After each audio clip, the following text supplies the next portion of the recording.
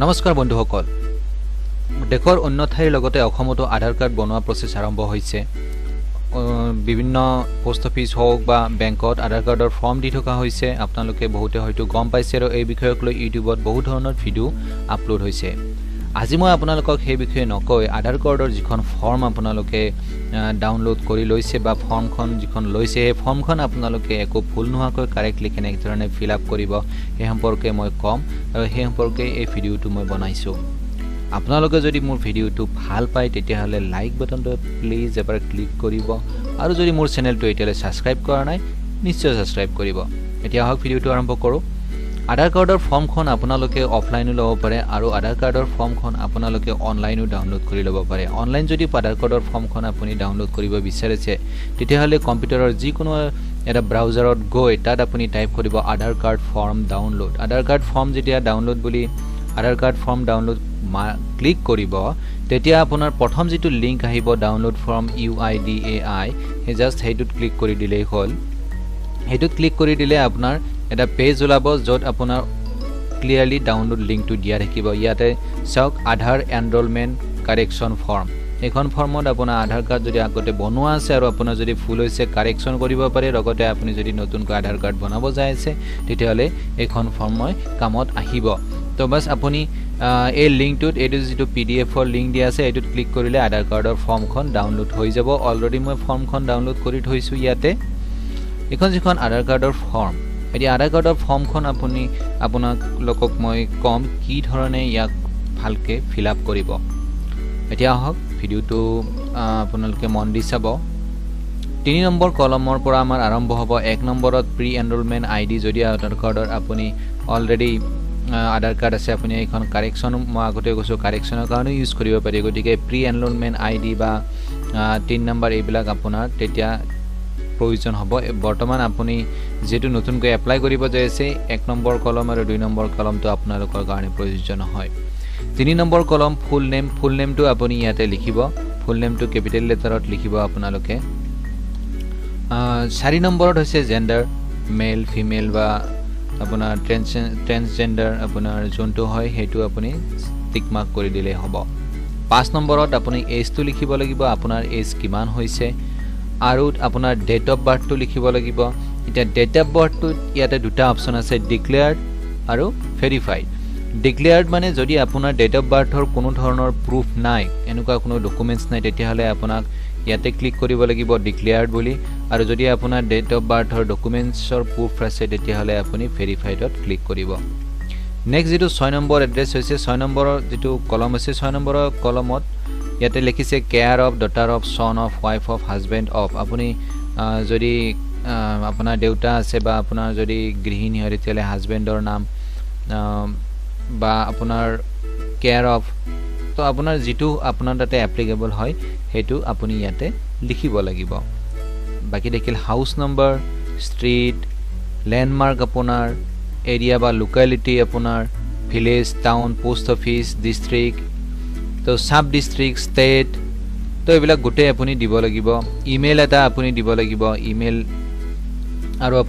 আপুনি এটা mobile number দিব লাগিব মোবাইল নম্বৰটো ওয়াৰ্কিং কন্ডিশনত থকা মোবাইল নম্বৰ দিব আৰু আপুনি যেটো মোবাইল নম্বৰ ইন ফিউচাৰ মানে এটো ৰিসেন্টলি আপুনি মোবাইল নম্বৰটো চেঞ্জ নকৰে ভালদৰে মানে বহুত দিনলৈ আপুনি ইউজ কৰিব হেনেকুৱা ধৰণৰ মোবাইল নম্বৰ হে দিব কাৰণ ফিউচাৰ যিবিলাক কমিউনিকেশন হ'ব আপোনাৰ লগত আপোনাৰ এই মোবাইল নম্বৰটোতে হ'ব নেক্সট আপুনি পিন কোডটো দি দিব এতিয়া হক 7 নম্বৰৰ কলমটো সাধাৰণতে অপচনেল হয় আপুনি ফিল আপ কৰিব পাৰে নকৰিব পাৰে ইয়াতে আপোনাৰ details of father mother guardian husband wife আপুনি ডিটেইলছটো দিব পাৰে কিন্তু আপোনাৰ যদি 5 বছৰৰ তলৰ লৰা ছোৱালী হয় তেতিয়াহলে আপোনাৰ এই কলমটো ফিল আপ কৰিব লাগিব 5 বছৰৰ তলৰ লৰা ছোৱালী হলে আপুনি ফাদাৰ মাদাৰ গাৰ্জিয়ান বা হাজবেন্ড বা ওয়াইফ যিকোনো এটাৰ আপুনি ইয়াতে নামটো দিব লাগিব যদি 5 বছৰৰ ওপৰ হয় তেতিয়াহলে এই কলমটো অপচনেল হয় আপুনি ফিল আপ কৰিব পাৰে নকৰিব পাৰে নেক্সট ইয়াতে লিখিছে ভেৰিফিকেশন টাইপ আপোনাৰ যেটো ডকুমেন্টছ ডেট অফ বাৰ্থৰ ডকুমেন্টছটো মই কলো আপোনাৰ যদি ডিক্লেয়াৰ্ড বুলি দিছে যদি আপোনাৰ ডিক্লেয়াৰ্ড বুলি আছে তেতিয়াহলে আপুনি এই ডকুমেন্টছ ভেৰিফিকেশ্যন টাইপটো আপোনাৰ কোনটোত পৰিব সেইটো আপোনাক কৈ দিছোঁ ভেৰিফিকেশ্যন টাইপ এটা হৈছে ডকুমেণ্ট বেছড হৈছে মানে আপোনাৰ যদি গোটেই ডেট অফ বাৰ্থৰ পৰা আদি কৰি গোটেইখিনি বা আপোনাৰ আইডেণ্টিটি বা আপোনাৰ এড্ৰেছ এই গোটেইখিনি যদি আপুনি ডকুমেণ্টছৰ প্ৰুফ দিয়ে তেতিয়াহ'লে এইটো ডকুমেণ্ট বেছড হ'ব তো আপুনি তাতে ক্লিক কৰি দিব আৰু আপোনাৰ যদি ইণ্ট্ৰডিউচাৰ বেছটো হৈছে আপোনাৰ যিটো আধাৰ চেণ্টাৰ আছে আপোনাৰ এৰিয়াত সেই আধাৰ চেণ্টাৰত কোনোবা এজন মানুহে যদি আপোনাক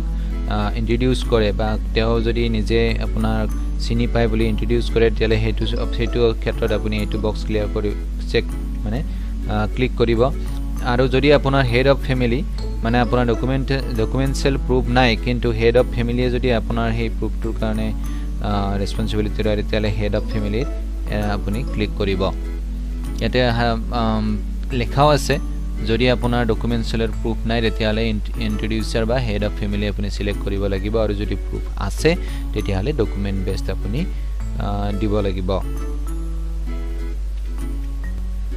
এতিয়া আহোঁ 8 নম্বৰ কলমটোলৈ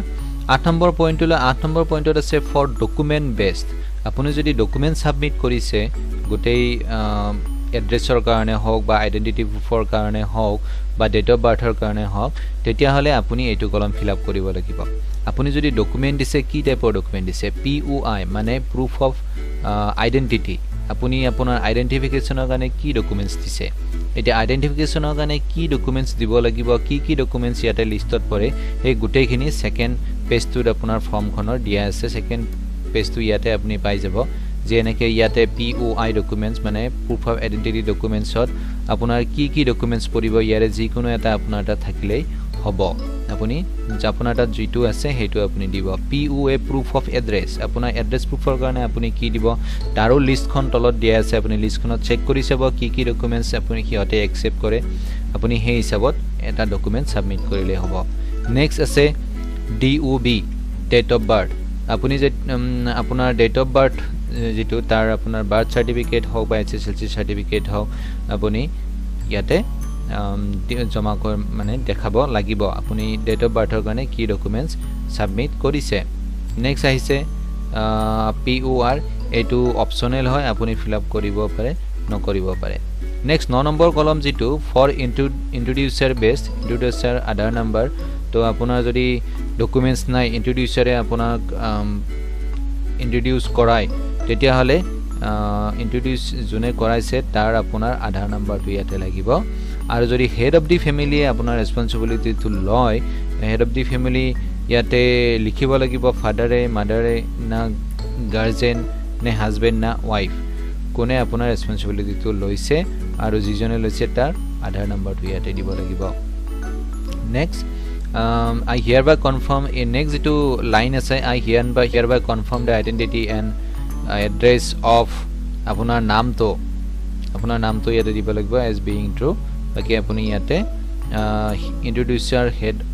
of name আপোনাৰ যোনে ইন্ট্ৰডিউস কৰিছে বা হেড অফ দি ফেমিলি যেটো ডকুমেন্টছ নাথাকিলে তাৰ নামটো ইয়াতে দিব লাগিব আৰু ইয়াতে সিগনেচাৰটো দিব লাগিব হোম হেখত আপোনাৰ ইয়াতে এপ্লিকেন্ট সিগনেচাৰ বা থাম্বপ্ৰিন্ট আপোনাৰ ইয়াতে দিব লাগিব এপ্লিকেশনৰ আপোনাৰ এটো আপুনি ব্ল্যাঙ্ক নেদিব কাৰণ ব্ল্যাঙ্ক এৰিলে আপোনাৰ এপ্লিকেশনখন ৰিজেক্ট হৈ যাব গতিকে আপুনি ইয়াতে আপোনাৰ সিগনেচাৰটো দি দিব তো এইখিনি আছিল কথা আপোনাৰ ইয়াতে ব্যাক পেজত ভিডিও বিলাক যিবিনা পইণ্ট আছে যিবিলাক ফিল্ড আছে ফিল্ড বিলাকৰ ধুনিয়াকৈ ইয়াতে বুজাই দিয়া আছে আপোনালোকে ভালদৰে এবাৰ পঢ়ি চাব আশা কৰো আপোনালোকক ভিডিওটো ভাল লাগিল ভিডিওটো যদি ভাল লাগিছে তেতিয়াহলে লাইক নিশ্চয় কৰিব আৰু মোৰ চেনেলটো যদি এতিয়ালৈ সাবস্ক্ৰাইব কৰা নাই নিশ্চয় সাবস্ক্ৰাইব কৰিব এতিয়ালৈ আহিছো ধন্যবাদ জয় হিন্দ